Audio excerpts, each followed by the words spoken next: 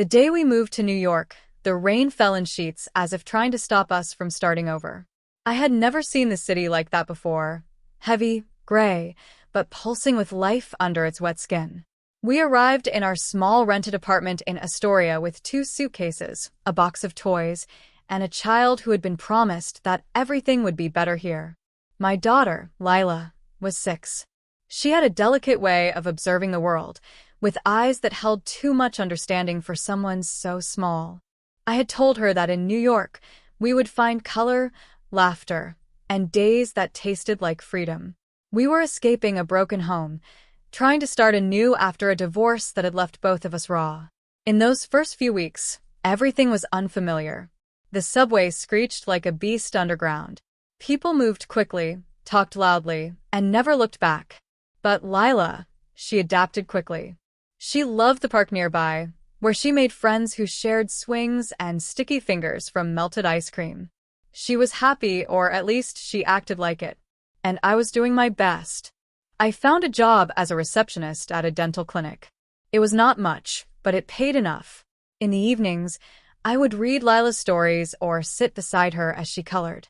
It was quiet, a fragile peace I never dared to breathe too loudly near. Then came Gil. His name was short for Gilbert, but no one called him that.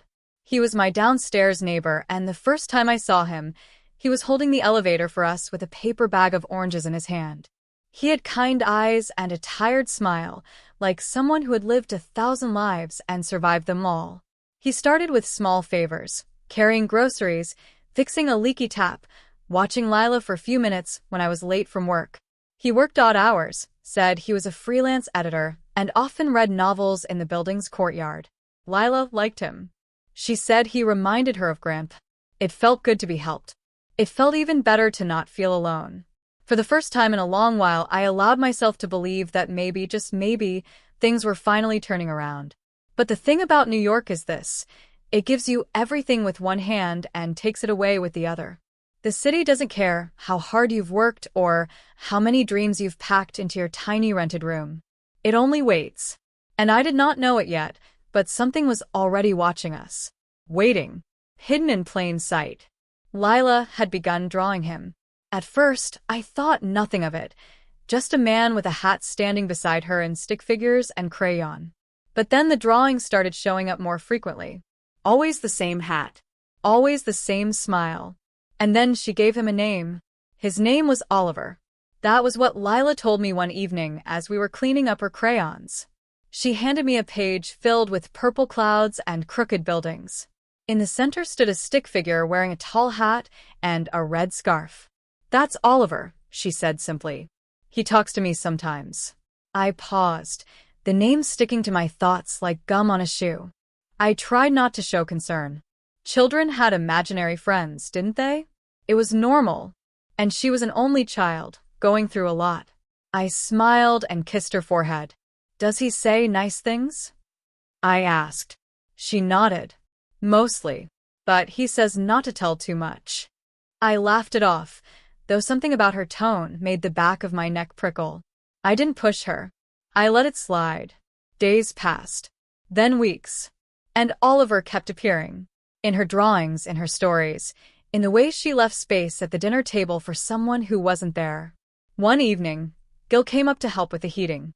The pipes rattled in the walls like a warning. Lila ran to him as usual, showing off her latest picture. Gil studied the image carefully, his eyes narrowing slightly. "Who's this?" he asked. "Oliver," Lila chirped. "He lives upstairs." Gil chuckled, but I noticed the brief flicker in his expression. He looked at me for a moment, then quickly turned back to Lila. Later, as we stood on the fire escape with mugs of cheap wine in our hands, I asked him about it. "You looked weird when she mentioned that name," I said. He hesitated. "There used to be an Oliver in this building," he said slowly. "Long time ago. Before I even moved in. I only heard about it from an old tenant who lived here before the place was renovated." I waited. He wasn't right. Had some issues. The kind neighbors talk about in whispers. I stared at him. "What happened to him?" Gil shook his head. "No idea. Rumor was he vanished. Just disappeared one day." left his things behind, never came back. A silence settled between us. The kind that makes your bones feel cold, even on warm nights. That night, I couldn't sleep. I kept checking on Lila, watching her chest rise and fall in the dim glow of the hallway light. She clutched her favorite plush rabbit, her small hands curled tightly around it. Then, just as I was about to return to my room, she mumbled in her sleep. "Don't go near the stairs, Mummy. Oliver says it's not safe." I froze. There were no stairs in our flat. Not inside. Just the building's main stairwell, the one we rarely used. But somehow, in that moment, I could hear them in my mind. The creak of old wood. The whisper of footsteps. Something was off. And I wasn't imagining it. It began with a smell. A faint, sour scent that lingered near the front door. I noticed it one morning as I bent down to tie my boots. It wasn't rot or mold, not quite. More like the musty scent of something left undisturbed for too long. A closed-up place. A sealed room. I asked the landlord to check the hallway vents. He grunted, said he'd look into it, then never came. Typical. I sprayed disinfectant, lit scented candles, but nothing masked the odor for long. It kept returning, stronger each night. Lila didn't seem bothered. But one evening, she stopped mid-sentence at dinner and stared at the hallway. "Oliver's there," she said, voice flat. I looked, of course. There was nothing. Just shadows cast by the flickering ceiling bulb. I swallowed. "Sweetheart, there's no one there." She kept staring, then quietly pushed her plate away. "He's waiting." That night, I double-locked the door. And then came the tapping.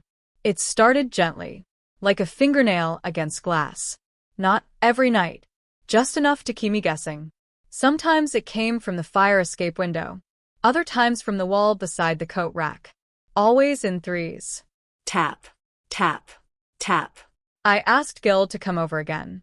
He brought a torch, checked the vents, knocked on the walls. Nothing.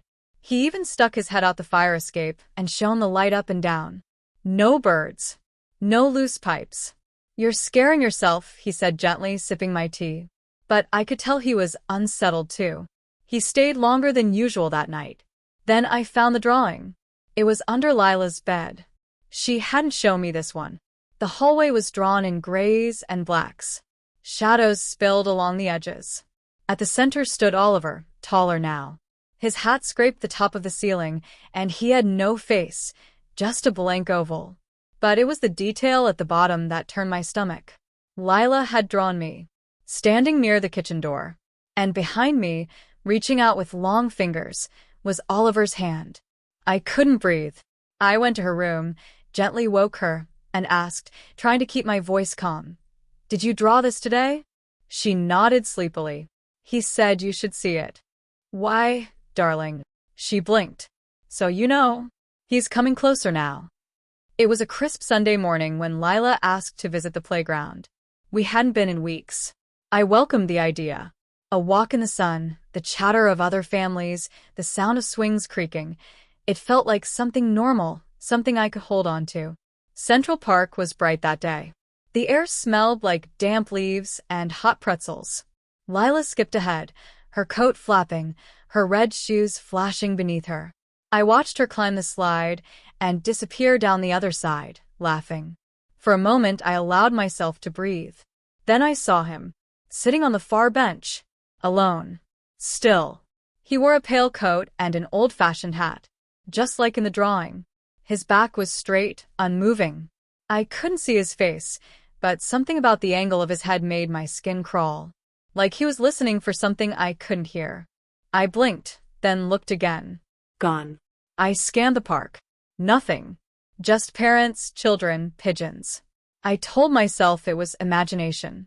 A flash of anxiety brought on by the drawings and the sleepless nights. I forced a smile when Lila ran back to me, her cheeks flushed. "That man came to say hello," she said, wiping her nose. "What man, darling?" She pointed toward the trees. He stood behind the swings. He didn't talk with his mouth. He talked in my head. I crouched in front of her. "What did he say?" She frowned. "He said the door is open now." and that you let it happen. My stomach turned to stone. I scooped her up and left the park. That night, I dreamt of the hallway. But it wasn't our hallway anymore. It was longer, darker, lined with doors that pulsed like they were breathing. I could hear whispering behind each one. At the far end stood a man. His hat cast a shadow over his face.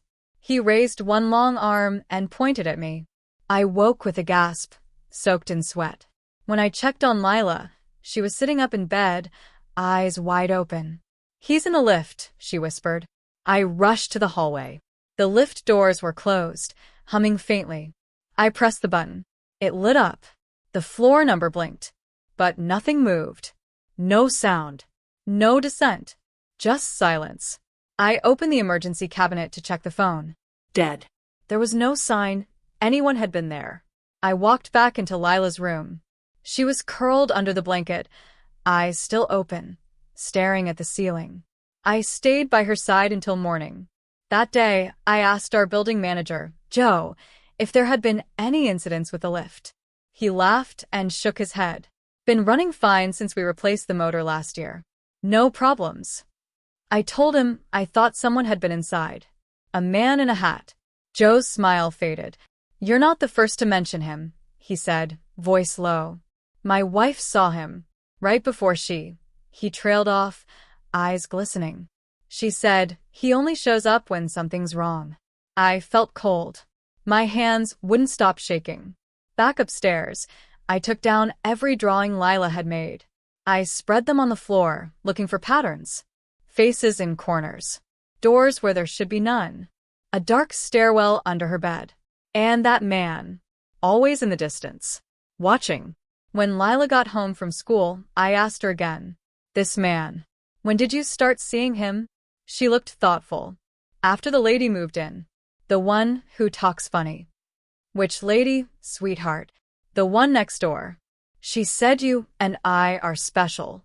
She said he wants people like us." There was no one living next door. That flat had been empty for months. I knocked anyway. Once. Twice. On the third knock, the door opened. Inside, the air was thick with perfume and dust. A woman sat on a chair in the middle of the room. Her back to me. Still. Like she'd been waiting. "You shouldn't have brought her here," she said calmly. "Now he knows where she sleeps." She turned around slowly. Her face was pale, thin, with eyes that had seen too much and lips curled in a knowing smile. "Who are you?" I asked, barely a whisper. "I was like you once," she said, standing now, trying to protect a child. But I didn't listen in time. She walked toward me. Her footsteps made no sound. "He comes for those who can see," she continued. "Those who notice things they shouldn't. Doors that vanish. Rooms that change shape. Children who draw what they're not meant to see." I tried to move, but my legs felt heavy. She handed me a piece of paper. It was yellowed, like it had been folded and refolded for years. On it was a drawing, Lila's drawing. But it was dated 1983. I looked up confused. "That was my daughter's," she said. "He took her on a Wednesday. Just like tomorrow." Then she stepped back, and before I could ask anything more, the room shifted. It wasn't a flat anymore. I was standing in what looked like an abandoned nursery. Dust-covered toys. A crib with a broken rail. And the faintest sound of a lullaby playing from nowhere. I ran. I don't remember how I got back to our door. When I did, I locked it, every bolt. That night, Lila asked me if she could sleep in my bed. She hadn't done that since she was 6. I said yes. Around 3 in the morning, I woke to her voice whispering in the dark. "He's standing at the door, Mummy." My blood froze. I sat up, heart pounding. But the door was closed. No shadow. No footsteps. Nothing. Still, I didn't sleep again that night. The next morning, I went to check the flat next door. Just to be sure. The door was chained shut. Dust covered everything. The estate agent's sign was still taped on the inside. That place hadn't been opened in months. But I had been inside. I remembered the smell. Her voice. The drawing. On our kitchen table. That same drawing was waiting for me. The drawing stayed on the table for hours. I didn't touch it. Lila didn't mention it, as if she never saw it. By noon, I folded it, placed it in a drawer, and locked it. That night, I barely spoke. My eyes kept drifting to the floor, the ceiling, the door. Lila colored in silence. The flat had grown cold. There was no reason for it. The heating was on, windows closed. Still, a chill crept into my bones. After Lila went to bed, I sat up in the living room. I left the television on, the volume low. And that was when I heard it. The whisper. It wasn't from a hallway. Not from the vents. It came from beneath the floor. At first, it was just the faint rustling, like paper dragged across a wooden plank. Then a voice. Barely audible. A child's voice. "Mummy, please help me." I froze. My first instinct was to check on Lila. She was fast asleep, curled under her blanket, breathing softly. The whisper continued, fainter now, moving from the living room toward the bedroom. I followed it. It stopped just beneath Lila's bed. I dropped to my knees, heart racing, and listened. Nothing. Then, as I rose to my feet, the room grew colder again. Not just cold, freezing. I could see my breath. Lila stirred. "Don't let him in," she murmured, still asleep. The next morning, I contacted a floor specialist. Told him I was hearing creaks, wanted to know what was under the floorboards. He came in the afternoon, pried up the corners of the old wood in the bedroom. Nothing. Just cement. No crawl space. No piping. Nothing that should be making any sound. He shrugged. "Old buildings talk," he said. But this wasn't talking. This was whispering. That night, I didn't sleep. I sat beside Lila's bed, holding her small hand in mine. At 3:12, the whisper returned. But this time it said my name. I couldn't go on like this. The whispers. The cold. The drawings. Lila's strange silences. It was breaking me apart. The next day, after dropping Lila at school, I returned home determined to search every inch of the flat. Something was wrong here, terribly wrong, and I had to find it. I started in the hallway, knocking gently along the walls. Nothing. Then the kitchen. Then the bathroom. I opened every cabinet, every drawer. Nothing. When I reached Lila's room, I hesitated. But I had to look. I checked the wardrobe, pulled back the rug, even removed a few floorboards again. Still nothing. Then I turned to the far corner behind the bookshelf. It had always seemed a little off, slightly too far from the wall. I pulled it forward. Behind it, I found a small, square panel, painted the same color as the wall. Barely noticeable. My pulse quickened. I grabbed a screwdriver and pried it open. Inside was a dark, narrow tunnel. I stared at it, heart thudding, mouth dry. There shouldn't be a space there. Not in this flat. Not in any blueprint. And yet there it was. I took a torch and crawled in. The air was damp. Musty. The tunnel didn't go far, perhaps just 10 feet. At the end of it was another door. Old. Wooden. Faint carvings on its surface. Scratches, like someone had clawed at it from the inside. I turned the handle. It opened with a long, low groan. Inside was a tiny room, just wide enough to sit in. Dust covered everything. And in the center, a child's toy, a small, broken bear. Its eyes missing. And on the wall behind it, scrawled in charcoal, were words in shaky handwriting. "Lila is mine." I couldn't breathe. Suddenly, a sound from behind me, a whisper. So close, I felt it at my ear. "Leave now." I scrambled out of the tunnel, slammed the panel shut, shoved the bookshelf back in place. I waited until school let out. I picked Lila up early and told her we were going to stay at a hotel for a while. She didn't argue. As we left the flat, she looked back once, then said softly, "He's angry now." The hotel wasn't far from the flat, just a few streets away. I booked a room quickly and checked in under a fake name. It felt safer that way.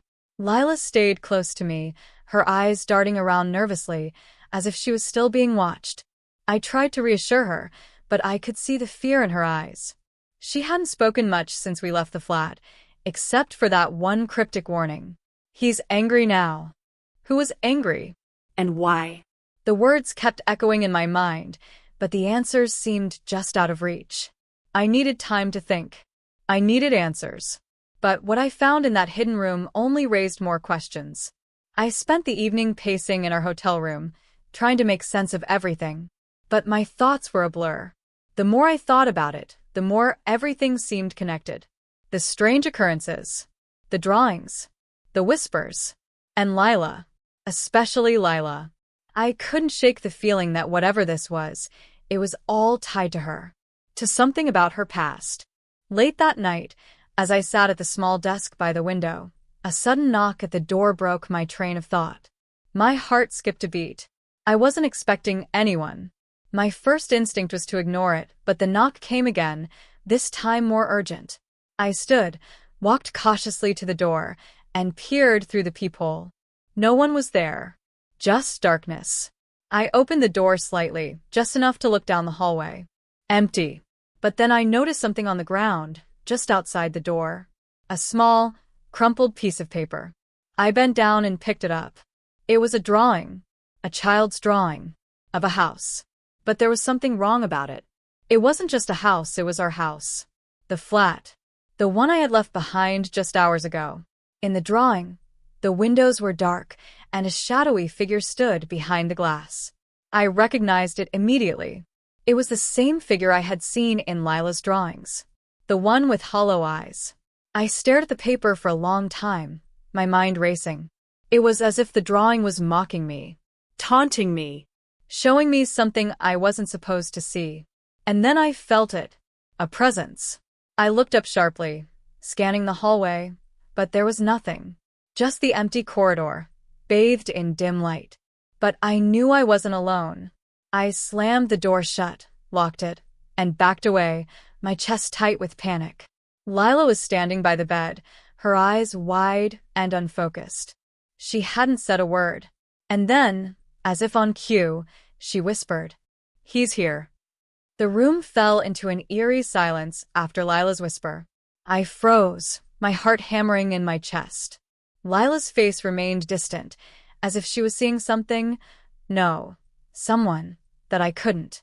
She slowly backed away from the bed, her hands trembling as she reached for the drawing I had found outside. "I didn't want you to see it," she whispered, barely audible. "But now you have."